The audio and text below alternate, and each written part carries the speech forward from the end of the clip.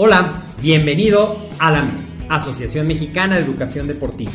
Soy el Dr. David Lezama, presidente de AMED, y es para mí un gusto darte la bienvenida a estos podcasts. Este programa está diseñado para compartir contigo conocimientos de los temas que nos apasionan a todos los que amamos el físico-constructivismo y el fitness y queremos mantener un estilo de vida saludable.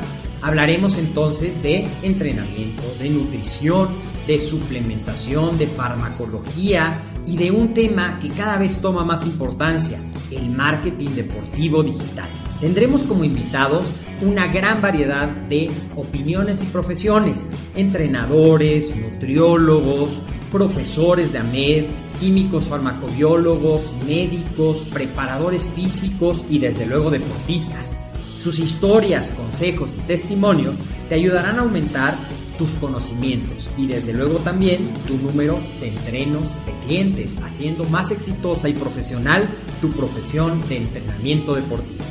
También aprenderás técnicas más eficaces del marketing que te ayudarán a monetizar esta profesión. Si quieres saber más de nosotros, visítanos en la casa virtual de la familia AMED, www.amedweb.com. ¿Qué tal, amigos? Bienvenidos a un episodio más de tu programa AMED con un clic. Yo soy el Dr. David Lezama y es como siempre un gusto saludarte en este espacio que realmente es tuyo, realmente es para que platiquemos acerca de los temas que componen los 4 pilares de AMED con un clic, que como seguramente ya sabes son nutrición deportiva, entrenamiento deportivo, desarrollo personal y liderazgo y emprendimiento deportivo. Y el día de hoy vamos a hablar con un gran nutriólogo, pero también con un gran amigo. Él se ha desarrollado con mucho éxito como ponente dentro del área de la suplementación. Y es por eso que al capítulo del día de hoy le hemos puesto el ABC de los suplementos alimenticios en el deporte.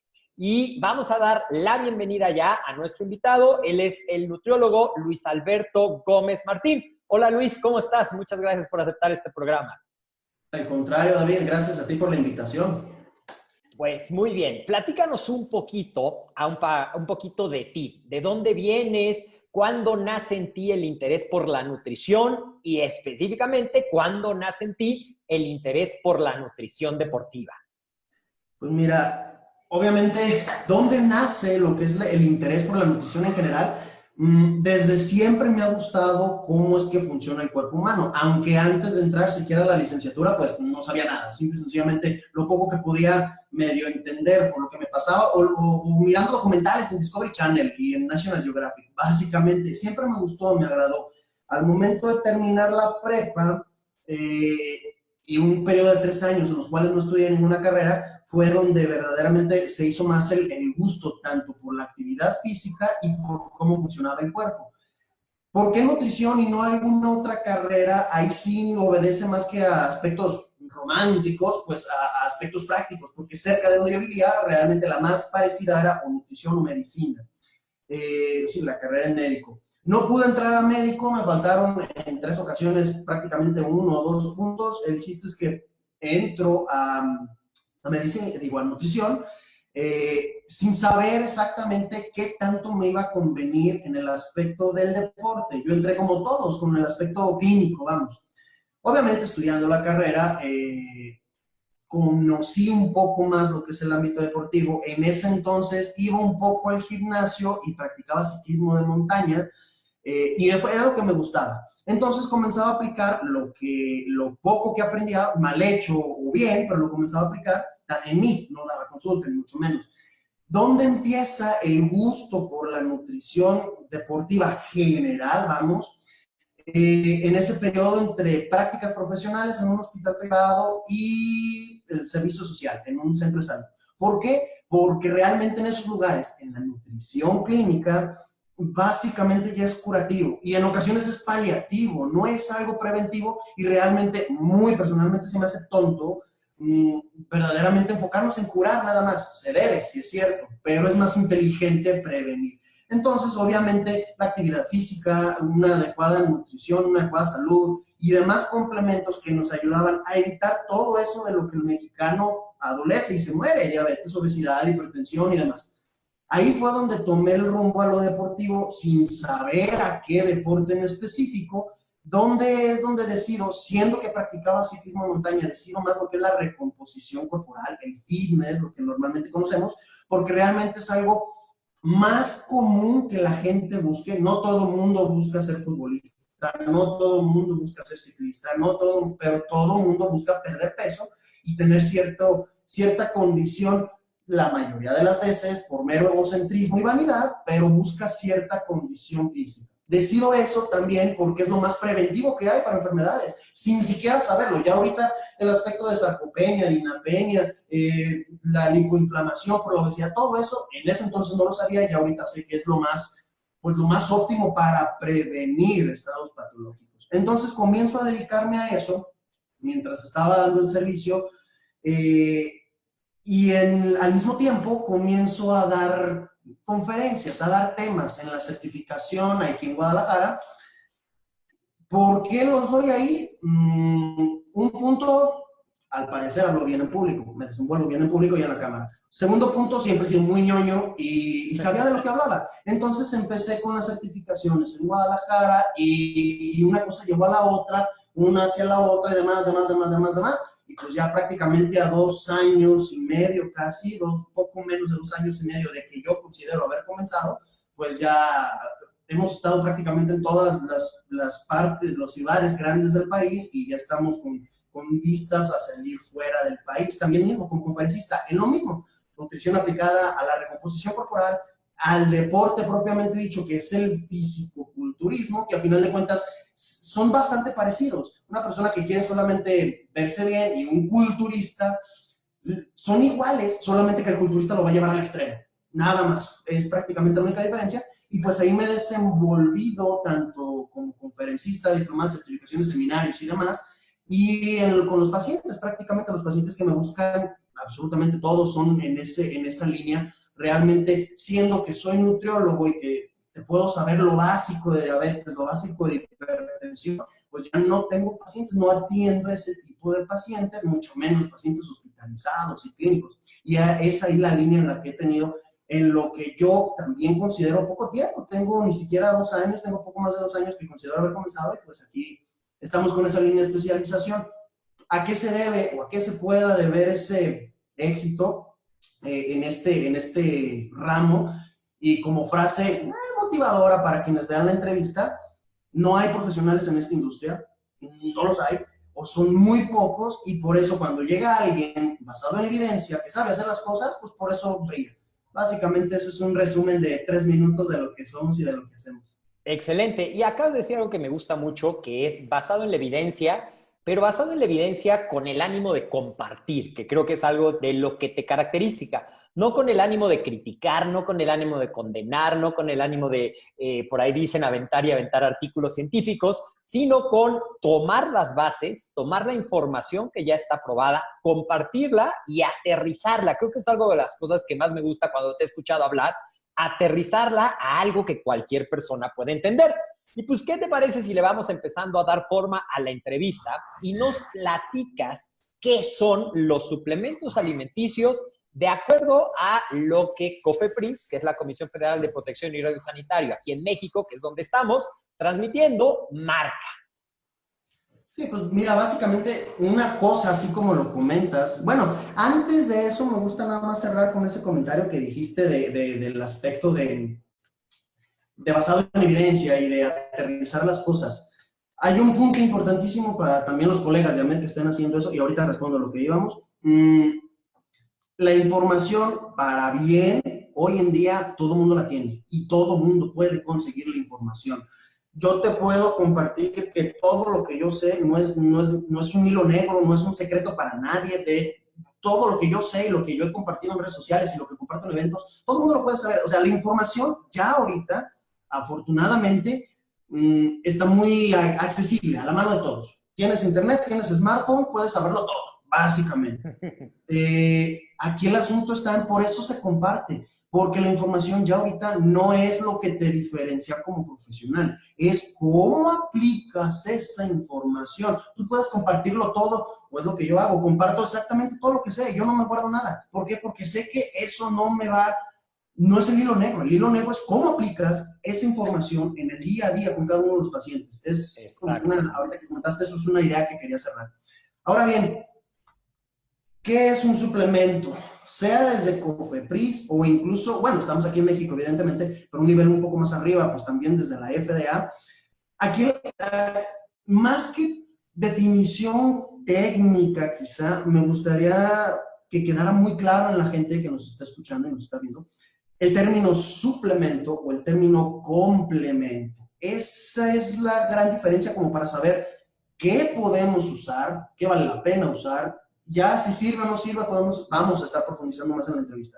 Pero principalmente respecto a eso, a qué es, pues prácticamente es una sustancia no farmacológica para mal, por decirlo de alguna manera, porque no está regida por las normas que rigen a los medicamentos. Una sustancia no farmacológica comúnmente que la podemos encontrar en los alimentos o en hierbas y demás compuestos naturales, por decirlo de alguna manera, y que obviamente puede ser tratada para algún fin específico, sea terapéutico, sea de rendimiento y demás. Palabras más, palabras menos, sea COFEPRIS, sea la FDA, sea la ISSN. Pero algo interesante es que aunque no es una molécula con una actividad farmacéutica terapéutica, sí algo interesante que creo que conviene resaltar es que los suplementos alimenticios sí se presentan en formas farmacéuticas, sean tabletas, sean polvos, sean jarabes, es decir, tienen la forma, pero no tienen la función ni están catalogados dentro de eso. A lo mejor desde ahí vienen las confusiones de que mucha gente piensa que un suplemento es un medicamento.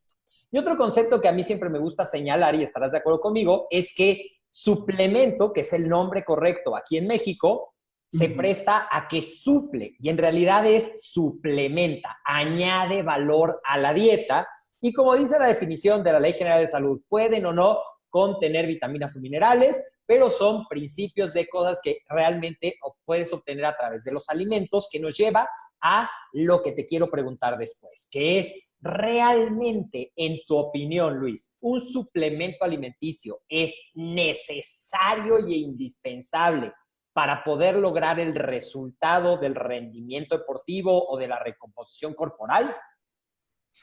Te puedo responder todavía un nivel antes. Ni siquiera, o sea, lo más importante para el objetivo de rendimiento deportivo y hasta cierto punto el de recomposición corporal, ni siquiera es la nutrición. El principal estímulo es el entrenamiento. Todavía vende más atrás y es propiamente dicho el entrenamiento, porque nos damos un extremo para que quede claro. Puedes tener la mejor nutrición del planeta, con la mejor suplementación del planeta, pero si no entrenas no vas a mejorar ninguna aptitud física. Se llama el rendimiento.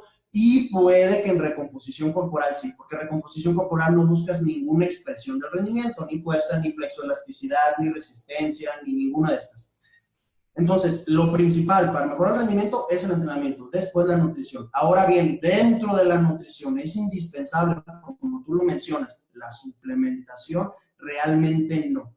Si está bien estructurado el plan de alimentación, pocos son los que realmente tienen una ventaja por sobre los alimentos. Y esa ventaja no es una ventaja que tú digas, wow, voy a ganar una medalla de oro. Realmente no. O sea, esa es también otra de las cuestiones en la recomposición corporal, que es donde yo me desenvuelvo primordialmente. La gente piensa que si compra la proteína en polvo, va a crecer muscularmente y se va a poner como un fisicoculturista. O sea, son demasiados factores los que están en medio. ¿Puede ayudar? Sí puede ayudar. ¿Por qué? Porque ni siquiera nosotros, ni los nutriólogos, ni prácticamente nadie hace las cosas perfectamente bien. Quizá quien las haga perfecto, y arriesgándome a equivocarme, quien gana dinero de ellos, sean modelos fitness, sean atletas, y ni siquiera los futbolistas o los atletas de alto rendimiento en ocasiones no hacen las cosas perfectas. Ellos son los que quizá menos necesitan porque saben hacer un plan de alimentación, pero son los que quizá más lo necesitan porque tienen beneficios de cualquier ventaja, sea pequeña como la de los suplementos, pero tienen beneficios. Aquí la palabra clave, si son indispensables o no, sirven o no, es saber contextualizar acorde a las necesidades de cada persona. No es lo mismo lo que necesitamos tú y yo, que hacemos actividad física por salud, o bueno, yo un poquito más por vanidad, a Usain Bolt, a Michael Phelps, jamás, nunca. Claro. Y otra de las cosas que es importante señalar, estarás de acuerdo conmigo, es que una de las funciones de los suplementos alimenticios, ya hablaremos más adelante de las categorías, pero hablo específicamente de las combinaciones de proteínas o de proteínas con carbohidratos, de macronutrientes, es que ayudan a satisfacer las necesidades del deportista de una manera más práctica. Porque pues estarás de acuerdo conmigo en que mucha gente estudia, trabaja y hace ejercicio y aparte pierde mucho tiempo en los traslados. Y en esos casos pueden hacer más fácil el cumplir con los requerimientos. Ahora vamos a platicar. De hecho, sí, yo... Sí, dime. Sí, vamos a platicar un poquito de cómo se clasifican los suplementos de acuerdo a lo que tú me comentabas, que utilizas mucho de base, que es la clasificación del Colegio Australiano del Deporte. ¿Y qué los clasifica? Ahorita nos platicarás más, en base precisamente a su evidencia. Cuéntanos un poquito de esto. Mira, lo de las clasificaciones, evidentemente, como no es la única institución, lo que es el Instituto Australiano del Deporte, en inglés el ICE, sí te los clasifica y es básico, vamos. ¿Por qué? Porque a final de cuentas es un enfoque un poco más al rendimiento deportivo, vamos. Pero hay otras instituciones a nivel internacional que también te dan sus clasificaciones. Por mencionar dos muy importantes, la ISSN o la Sociedad Internacional de Nutrición Deportiva y el Colegio Americano de Medicina Deportiva, la ASSN. Cualquiera de estos te da tu clasificación. ¿Qué diferencias tienen la una en la otra? Básicamente el 95% de las cosas son lo mismo, están clasificadas de la misma manera. ¿Por qué se toma como base el Instituto Australiano de Deporte? Porque te da una clasificación bastante práctica y simple de entender, seas profesional o seas un atleta o seas un recreativo. ¿Cómo clasifican ellos? Bueno, básicamente es una institución gubernamental con apoyo gubernamental que prácticamente está para enaltecer el deporte australiano a nivel Juegos Olímpicos. ¿Cómo lo clasifican? Te dan 4 grupos, A, B, C y D. El que podemos, y dependiendo obviamente, 2 cuestiones principales. Su evidencia científica de que realmente funciona y obviamente su posibilidad, vamos, de dar el doping positivo. Porque recordemos que prácticamente todos los deportes, excepto el culturismo, por evidentes razones, están regidos a leyes antidopaje, a la WADA. Entonces te dividen el A, B y el C, que son acorde a su evidencia científica, y en el D ponen los compuestos que verdaderamente están prohibidos. Prohibidos obviamente por la WADA no significa que porque te vayan a generar un rendimiento enorme. En muchas ocasiones sí lo son, pero también la WADA prohíbe sustancias que son peligrosas para la salud. Están los 2 compuestos ahí. También vienen otras en el grupo D, que son moléculas o compuestos que no son tan benéficos para el rendimiento, no causan daño a la salud, pero pueden dar falsos positivos del uso de sustancias dopantes o enmascarar el uso de sustancias dopantes. Y básicamente te los clasifican en esta manera, sobre todo el D y el A, B y C, que son acorde a su evidencia propiamente. Okay. Siendo el grupo A el que está demostrado que tienen una función que ayuda al deportista, ¿cierto?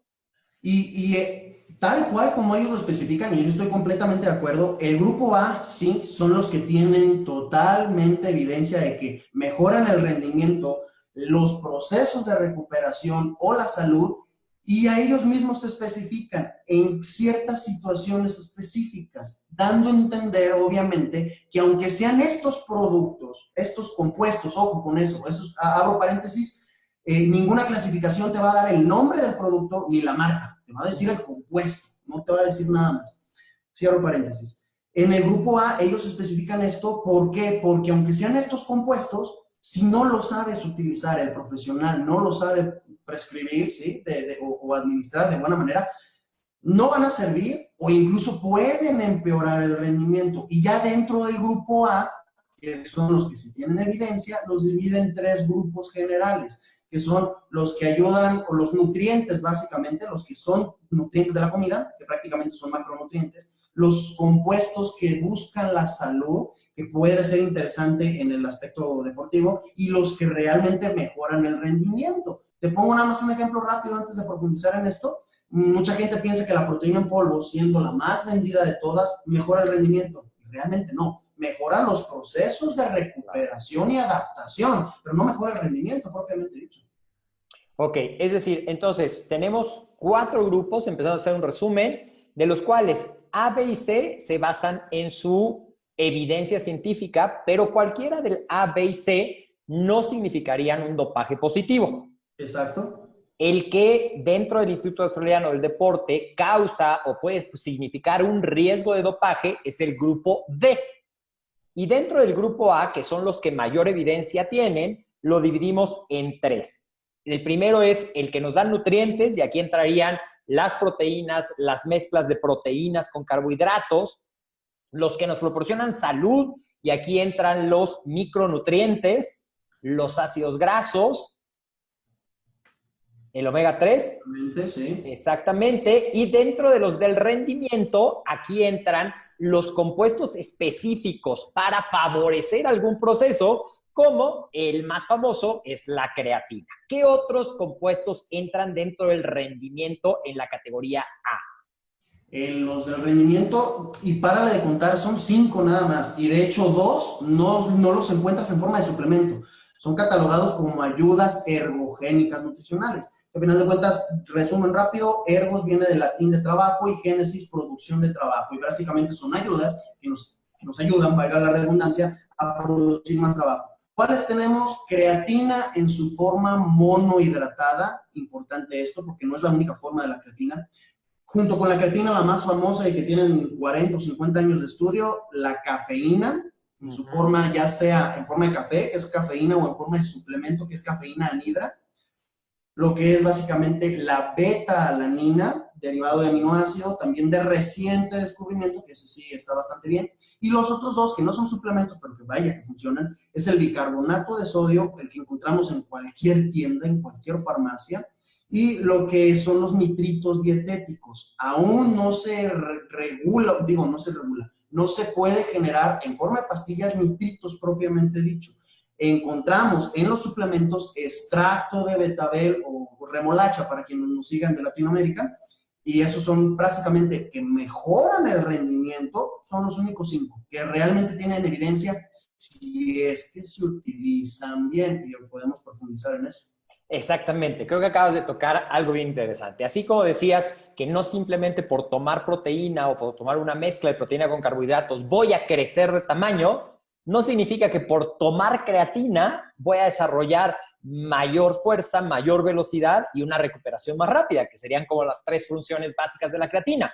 Todo tiene que estar, y creo que me gustó mucho la palabra que utilizaste, contextualizado y combinado con lo que yo siempre hablo, un triángulo que debe ser nutrición, entrenamiento y descanso para que se obtenga el resultado. No hay más.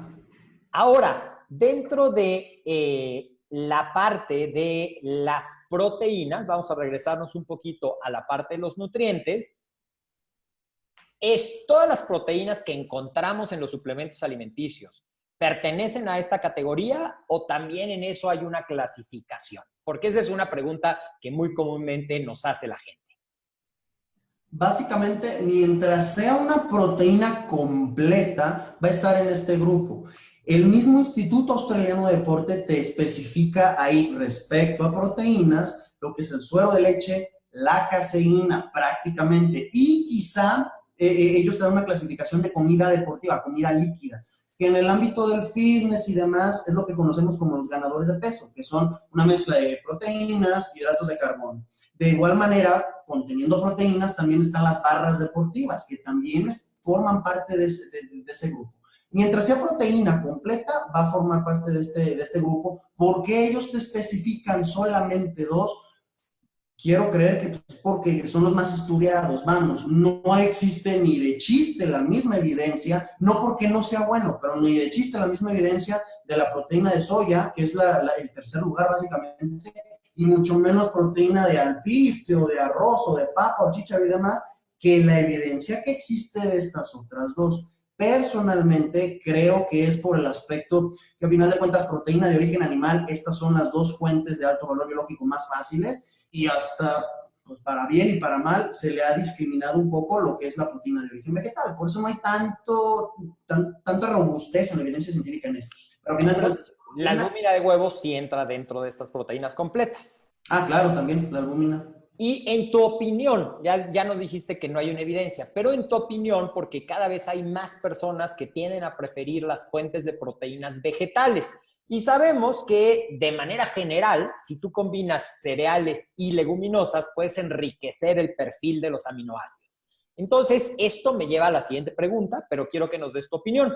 Si yo estoy buscando una proteína de origen vegetal, de las que ya hay disponibles en el mercado, ¿qué debo de buscar? Que tenga entre sus fuentes de proteína una combinación de una leguminosa y un cereal para que sea una proteína con un perfil más completo. ¿O cuál sería tu recomendación al elegir una proteína de origen vegetal para quienes prefieren este tipo de suplementos?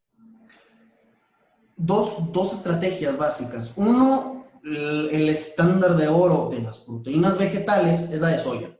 El aislado de proteína de soya. Sí, el aislado de proteína de soya es el estándar de oro entre las vegetales. ¿Por qué? Porque a final de cuentas, prácticamente del 2010 a la fecha se ha podido extraer o aislar, ahora sí, que la proteína de soya con buenas técnicas pues sí, prácticamente técnicas agroalimentarias, para que sea de un alto valor biológico. No igual, no comparable al de las fuentes de origen animal, pero sí bastante buena. Si no se consigue una de soya, que prácticamente es bastante común, si es que se venden proteínas vegetales, sí sería interesante una mezcla entre leguminosas y cereales.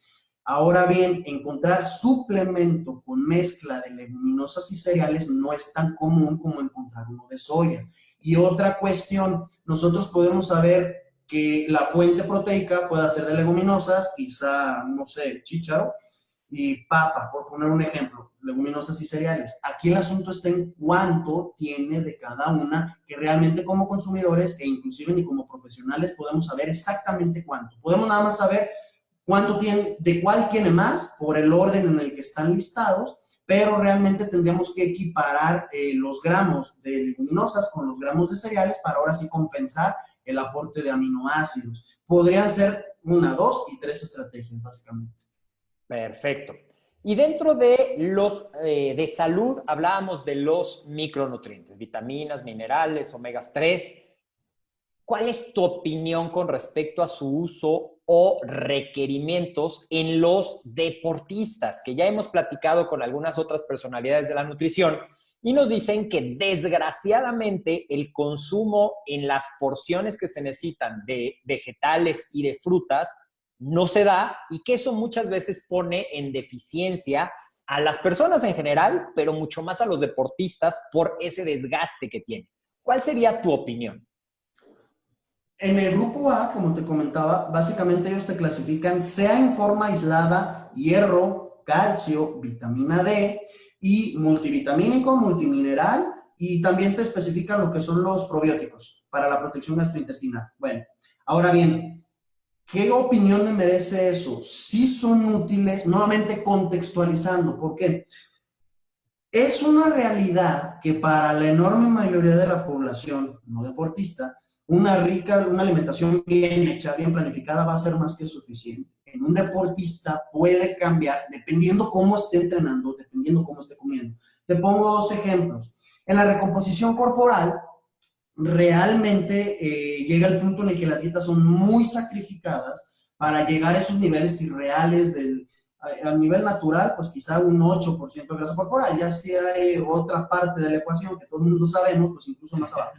Pero son dietas bastante sacrificadas en la recomposición corporal. Incluso también en deportes que no sean culturismo y fitness, altos volúmenes de entrenamiento, es obvio, va a requerir mayor cantidad de nutrientes. Por ponerte nada más un ejemplo, las del complejo B, todas implicadas en diversos procesos, pero primordialmente en los subprocesos de oxidación y obtención de energía. Y si tienes una persona que su gasto energético, no ingesta, su gasto energético diario, por ponerte un ejemplo de un maratonista, se puede elevar hasta 8,000 o 9,000 calorías diarias en un rodaje largo, en un entrenamiento largo, pues evidentemente vas a necesitar mayor cantidad de nutrientes. Aquí hay dos enfoques. Uno, como necesita mayor cantidad de calorías, también su ingesta de alimentos es mayor. Si se planifica bien, puede compensar de cierta manera, pero eso matemáticamente hablando, vamos, con una manera muy general. Aquí el asunto está en que ponle tú un nivel un poquito más real, más humano, porque los atletas de alto rendimiento son superhumanos. Un nivel un poco más humano, una persona que entrene para un maratón, que no sea un keniata o algo, pero que entrene para un maratón, te va a estar necesitando 5,000 calorías, quizá. Ahora bien, comer la capacidad gástrica de 5,000 calorías, no, ni de chiste. Es mucha cantidad de alimento como para que lo hagas con puras verduras, puras frutas y que tengas de adecuada manera toda la ingesta de todos los micronutrientes que necesita ese atleta. Pudiera ser matemáticamente, sí, pero la capacidad gástrica es un factor que realmente estorba. Estorba porque son mucha cantidad de calorías para alimentos sanos y alimentos limpios. ¿Cuál es el enfoque en esto? Incluso el hecho, como tú lo dijiste, aunque sean atletas, incluso los atletas de alto rendimiento, excepto los futbolistas, que sabemos que los futbolistas el soccer es un mundo muy aparte, pero incluso atletas, calidad olímpicos nacionales, también trabajan, también nacen, también tienen vida, también se mueven en el tráfico, también se mueven todo esto. Y para que consumas 5,000 calorías de pura alimentación limpia, carnes, verduras, todo lo que nosotros conocemos como alimentación limpia, realmente se te van 1 hora en cada comida, 6 tiempos de comida para comerte semejante cantidad.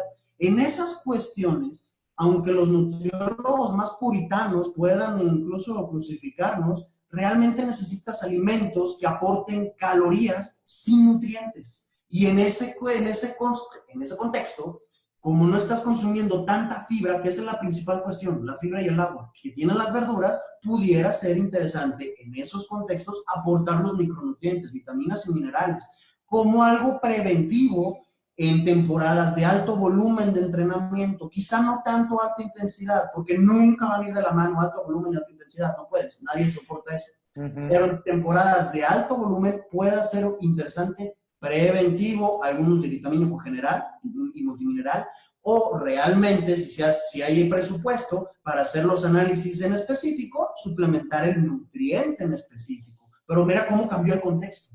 Claro, y es mucho más fácil prevenir una deficiencia que yo creo, y no sé si estarás de acuerdo conmigo, pero yo creo que eso de la vitaminosis, que es lo primero que la gente te dice, pero no me va a dar vitaminosis. Yo a lo largo de todos los años que tengo asesorando pacientes, nunca he visto un caso, y yo creo que un mito urbano, y sí he visto muchos casos en los cuales, con un detalle de afinación tan simple como incluir micronutrición, mejora su rendimiento, mejora su descanso, mejora su energía, mejora su humor, mejora muchísimas cosas. Yo creo que es más fácil prevenir que estar con ese miedo de que me va a dar una vitaminosis. Seguimos adelante, podríamos hablar mucho de cada uno de estos, pero quiero que me menciones brevemente y ya lo platicaremos en otro episodio porque estoy seguro que este episodio va a tener muchas escuchas y te quiero invitar de una vez aquí entre todos a otras pláticas ya como con temas más específicos, pero ¿quiénes están en el grupo B y C? Interesante. En el grupo B te lo clasifica rápidamente en dos subgrupos, vamos, el B.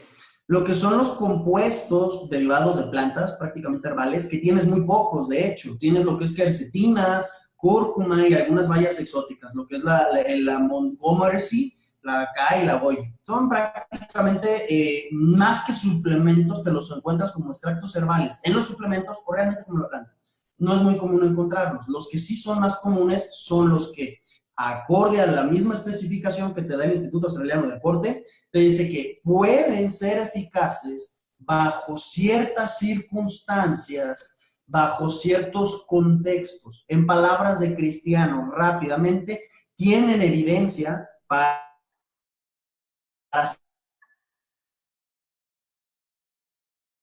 ciertos efectos, creer, y los efectos que tienen hasta el momento, ¿sí me escuchas bien? Sí, se perdió un poquito, creo que fue la impresión, pero vamos a repetirlo. El grupo B tiene cierta evidencia de efectividad, no toda la evidencia para poderlo pasar a la categoría A. Y creo que esto sí es muy importante recalcarlo, porque a veces la gente dice, si no es de la A, entonces no sirve para nada. Para algunos contextos pueden funcionar. Y algo que es interesante es no te van a hacer daño. Claro. Claro. Y te digo, ya exactamente los que están en el grupo B, que son estos, tenemos vitamina C y vitamina E, no propiamente dicho como nutrientes, vamos, sino como antioxidantes. Te los marca como esto y podemos profundizar algo rápido en cada uno de ellos. Tenemos lo que es el HMB, el beta-hidroximetilbutirato, tenemos la glutamina, la carnitina, los BCAAs apenas han estado casi siempre en el grupo B y apenas los bajaron al grupo C. O sea, te estoy diciendo hace cosa de un mes.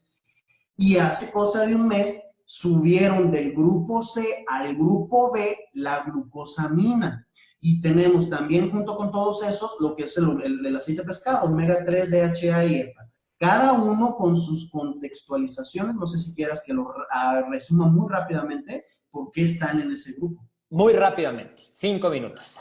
5 minutitos. Lo que es el HMB, que al final de cuentas te funciona en teoría para evitar el catabolismo por entrenamientos de alta intensidad, sí funciona para eso, es un derivado del colesterol, pero ese estado catabólico exacerbado lo encontramos solamente en novatos y en ancianos.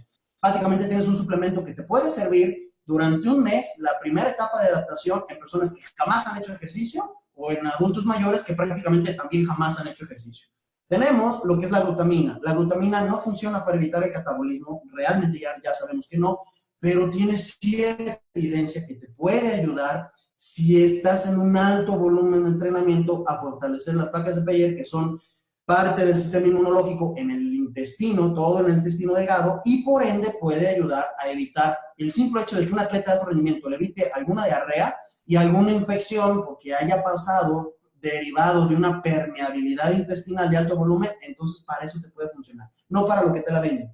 Tenemos la carnitina, de igual manera, no funciona para la pérdida de grasa, pero tenemos que diferenciar 3 tipos de carnitina. La L-carnitina o L-carnitina L-tartrato no funciona para eso y se ha visto un poco de evidencia que mejora la salud mitocondrial y por ende puede mejorar el rendimiento aeróbico. Nada que ver con pérdida de grasa. Y tenemos la acetilcarnitina, que prácticamente es para la mejora de la condición de cardiopatías, y la otra carnitina, que se me olvidó ahorita el prefijo, pero básicamente es para mejora de las condiciones neurodegenerativas, Parkinson y Alzheimer. Hay evidencia emergente, no lo suficiente como para que forme parte del tratamiento, pero hay evidencia emergente. Prácticamente la glucosamina la subieron nuevamente, porque realmente hay respondedores y no respondedores.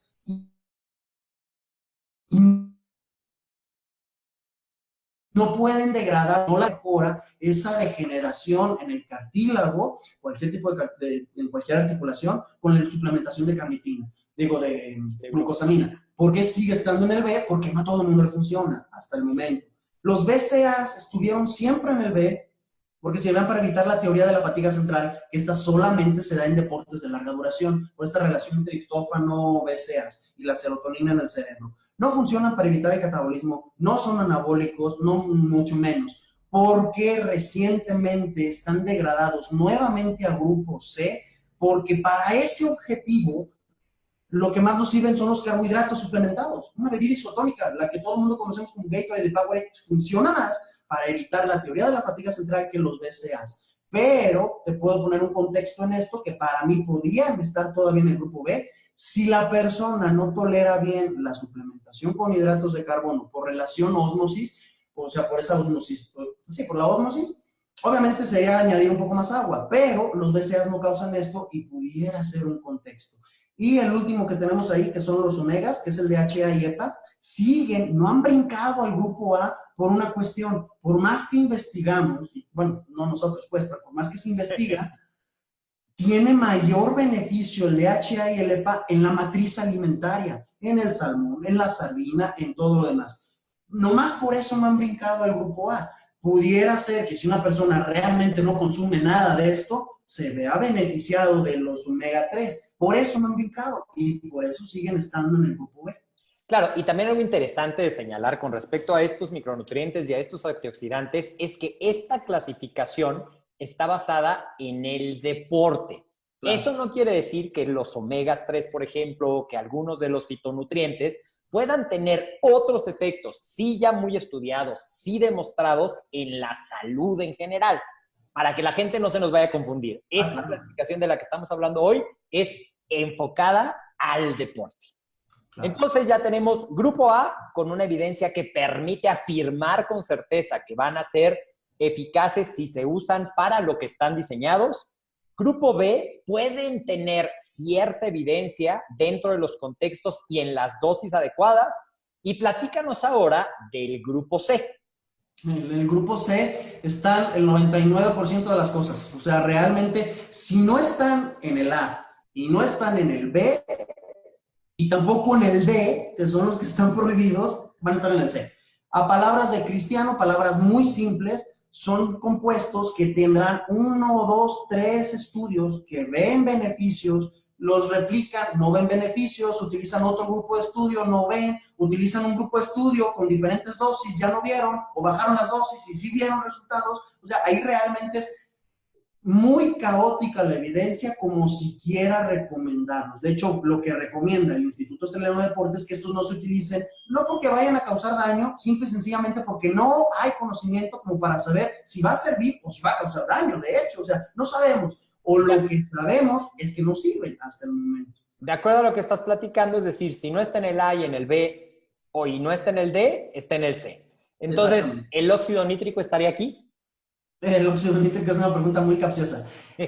Primeramente, el aspecto de el óxido nítrico es un gas, no puedes... Los precursores de óxido nítrico, más bien, la pregunta correcta. Sí, porque a veces la gente se vuelve loca con eso. Precursores de óxido nítrico, primordialmente, es que aquí está el asunto. Tenemos dos grandes rasgos, L-arginina y citrulina malato. Cualquiera de estos dos, en el beneficio de maximizar la producción de óxido nítrico, por eso básicamente no sirven y están en el grupo C. Ahora bien, hay evidencia emergente, sobre todo de la citrulina, de ambos, pero más de la citrulina, que no ayuda al óxido nítrico, bueno, como precursor, pero sí ayuda a un mejor aclaramiento o limpieza del amoníaco en sangre. ¿En qué contextos pudiera ser útil? En entrenamientos realmente catabólicos. Sigue estando en el grupo C porque aún no se sabe ni dosis, ni qué contextos son lo suficientemente catabólicos como para esto, atreviéndome a dar mis propias conclusiones, quizá y solo quizá deportes de larga duración, por esa estimulación de la BCA deshidrogenasa puede hacer algo catabólico, pero por el momento no lo sabemos. Y estos dos, que son los principales precursores, o que te venden como precursores del óxido nítrico, están en el C. CLA. El CLA, su efecto, en teoría, es evitar la formación de ácidos grasos, la acumulación de ácidos grasos, inhibiendo la lipasa sensible de hormonas. El asunto está en que se ha visto evidencia de que funciona. Para eso, sí, solamente en roedores. No se ha podido replicar los estudios en humanos, ni siquiera en simios o en especies más grandes. No se ha podido replicar. Hasta ahí se quedaron y no han podido replicar esos resultados. Ni cambiando dosis, ni cambiando... Sobre todo porque el CLA primordialmente son dos formas. Ni con una ni con la otra y no han podido. Ok. ¿Y qué está en el grupo D? Quiero que me digas qué está en el grupo D antes de regresar a preguntarte algo de uno del grupo A y relacionado con otros. Va. En el grupo D se clasifica a grandes rasgos en tres, bueno, sí, prácticamente en cuatro contextos. El primordial, que ese sí nos puede causar daños a la salud a corto plazo, pero que a corto plazo, pues claro que sirven, son los estimulantes del sistema nervioso central. Tenemos desde la efedrina, que esa la encuentras para mal en suplementos de clandestinos que te puedes encontrar por ahí, la efedrina, la pseudoefedrina, la estricina, tenemos la sibutramina como anorexigénico, que a final de cuentas no es un suplemento, ya son medicamentos. Tenemos otros como la dimetilhexanamina y demás. Todos estos nos van a estar sirviendo para estimular el sistema nervioso central, alfa o beta adrenérgicos de una u otra manera, mejorando el rendimiento. Hagan de cuenta que es igual que la cafeína, pero mucho más poderosos. Y algunos quitando el hambre, algunos mejorando la contractibilidad y demás. Estos funcionan, claro, de hecho sí sirven para mejorar el rendimiento. Lo malo está en que están ahí porque uno, puede ser una ventaja desleal en el deporte, y dos, lo malo está en que el deportista sobre todo, y te diré que también los recreativos, las personas comunes, ven beneficios con una pastilla y entonces quieren 8 pastillas para ver 8 veces el beneficio y olvídate, y es ahí donde se generan los daños a la salud. Tenemos ese grupo, tenemos el grupo de los prohormonales o estimuladores de las hormonas, que prácticamente ya tenemos derivados farmacológicos de la testosterona y demás, que ya realmente son esteroides anabólicos androgénicos. Y punto importante en estos, tenemos precursores que sí funcionan, por mencionar los dos principales, Tribulus terrestris y raíz maca. ¿Funcionan para aumentar la producción endógena propia del cuerpo de testosterona? Sí. ¿Funcionan tanto como para ver beneficios? No. Pero en una competencia, si te hacen una prueba antidoping, no saben si tienes ligeramente elevada la testosterona en sangre porque utilizaste estos suplementos que de todas no te sirvieron de nada o vienes saliendo de un ciclo de sustancias dopantes. Por eso están clasificados ahí. Es decir, el Tribulus y la maca están en el grupo D. Sí, Tribulus y macos, exactamente, están en el D. No porque, quiero hacer el énfasis, no porque realmente aumente mucho la cantidad de testosterona, solamente que sí la aumentan, pero no sabe la WADA, la World Anti-Doping Agency, si realmente es por el suplemento o no sabe si viene saliendo de un ciclo de fármacos, que haya estado utilizando hace un mes y mejor lo prohibieron para no tener problemas. Okay. Tenemos lo que son los liberadores de hormona de crecimiento, que primordialmente los conocemos como péptidos. Son derivados farmacológicos quizá. Las grandes farmacéuticas sí los están investigando, junto con otros que se les denominan los SARMs, que al parecer son muy prometedores, pero hasta el momento no se sabe la suficiente información como para saber si sirven, si en todo el mundo sirven, y si esos efectos benéficos no vienen acarreando efectos secundarios. Aún no se sabe ni de los péptidos ni de eso. Y ya un último grupo que tenemos que están ahí porque pueden servir como enmascaradores de sustancias dopantes como el glicerol o como el calostro, que prácticamente también está en ese grupo porque no sabemos si viene saliendo de algún ciclo de sustancias dopantes. Exactamente, ok. Entonces ya tenemos los 4 grupos. El D es porque puede salir positivo en una prueba de dopaje, que es a lo que está enfocada esta clasificación. Claro. El A, B y C pueden tener funciones, el A sí tiene probadas, el B tiene un poco y el C pues es todo lo demás, lo que queda en el medio. Ahora, dejé esta pregunta para casi el final de la entrevista porque es una duda que la gente tiene cuando lee esta clasificación y escucha que en el D están los estimulantes del sistema nervioso central y ven que en el A está una sustancia que es estimulante del sistema nervioso central y la pregunta siempre es, ¿qué me puedes decir acerca de la cafeína? ¿Por qué no está prohibida si me estás diciendo que los estimulantes están prohibidos? Aquí es una respuesta quizá un poco cultural, otra con tintes políticos y otra más biológica. Primordialmente la biológica, no está la cafeína bloqueada aquí o prohibida, porque es, sin contar la EGCG, que es el derivado del té verde, té negro, té blanco y té rojo, es la más ligera de todas. Eso en el aspecto biológico. La diferencia en el rendimiento que te puede dar el correcto uso de cafeína realmente no te va a convertir en un primer lugar. ¿Funciona? Claro que funciona, pero no te va a hacer ganar una competencia nacional, ni mucho menos. Por eso está ahí.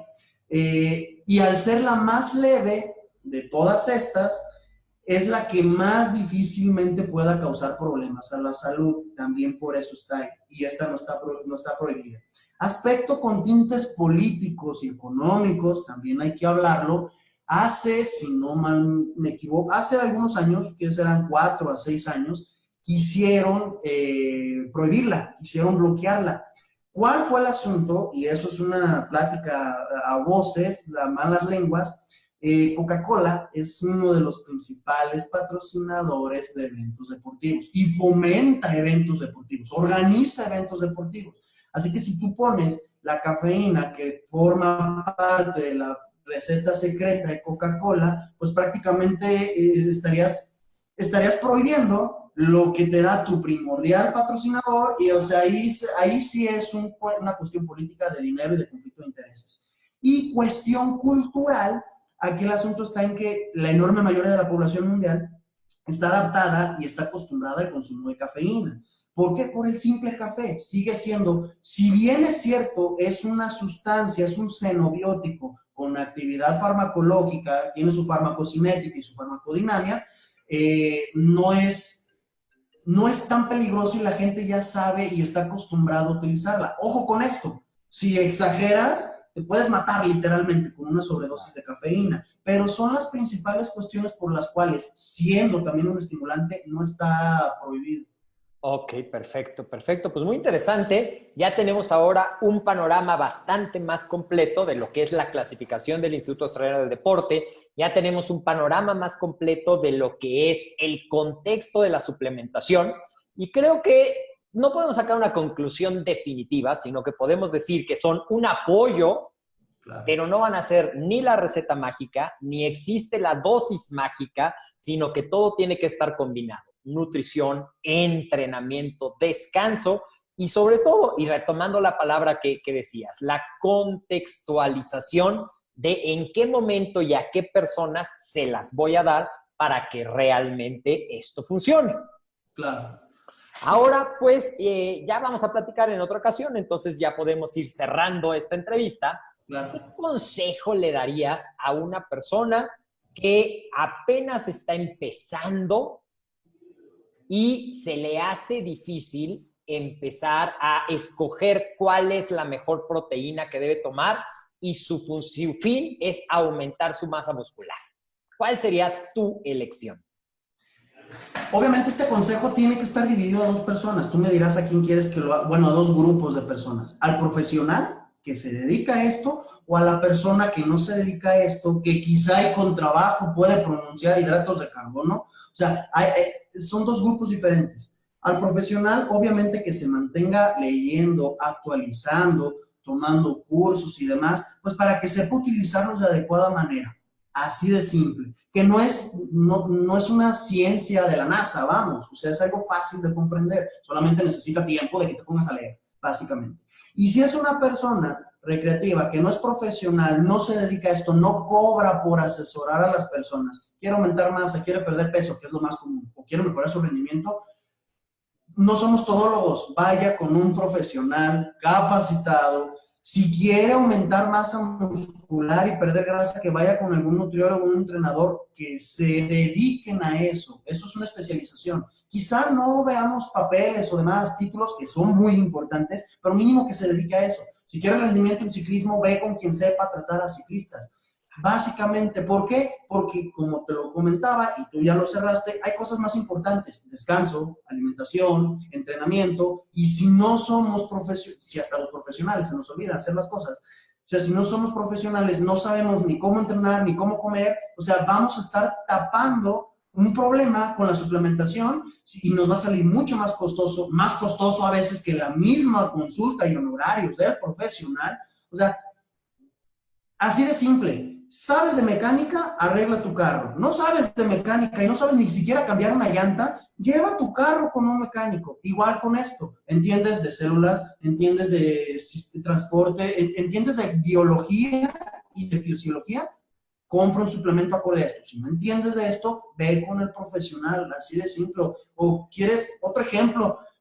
Quieres llevar la contabilidad de tu empresa, de tu emprendimiento, y no sabes ni siquiera dónde están las oficinas del SAT en tu ciudad, ve con un contador. No le juegues, no hagas cosas que realmente te van a hacer perder tiempo, básicamente. Me encantó tu respuesta, creo que es de las mejores que he escuchado, de la importancia de buscar a un profesional que te asesore a lograr tus metas. Y hablando de eso, ¿dónde te pueden encontrar quienes quieran contactarte para mayor información o para una asesoría? Básicamente, asesorías presenciales. Por el momento estoy en Tepatitlán de Morelos, Jalisco. Es una ciudad a prácticamente 1 hora de Guadalajara. Para presenciales, para asesorías en línea, que también es parte del show y que eso da un tema bastante interesante para después. Pero para asesorías en línea pueden buscarme en mi fanpage en Facebook, que es SNT Center, en mi perfil personal en Facebook, que bueno, no tiene personal, ya es un perfil público, que es L.N. Luis Alberto Gómez Martín, o también en mi Instagram, que también lo encuentran así como SNT Center o Luis Alberto Gómez Martín. De cualquiera de las dos maneras se encuentran en mi Instagram, ahí estamos compartiendo información de valor. y ahí me pueden contactar pues también para las asesorías en línea. Pues muchísimas gracias por esta valiosa información, el ABC de los suplementos alimenticios. Yo soy el doctor David Lezama, te invito a que cada semana te conectes y escuches los podcasts. Si no tienes la oportunidad de verlo en la transmisión en Facebook, recuerda que los puedes encontrar ya sea en nuestro sitio www.amedweb.com o también lo puedes encontrar dentro de iVoox, si tienes un usuario Android, o dentro de la aplicación de podcast de iTunes. Ahí puedes encontrar los podcasts de Amed y escuchar toda la información, no solamente de Amed con un clic, sino también de Mentores para Entrenadores y de los podcasts académicos, toda la información que tenemos para ti. De verdad, Luis, te agradezco mucho el tiempo para esta entrevista y nos vemos pronto. Claro que sí, gracias a ti, David. Te mando un abrazo. Gracias.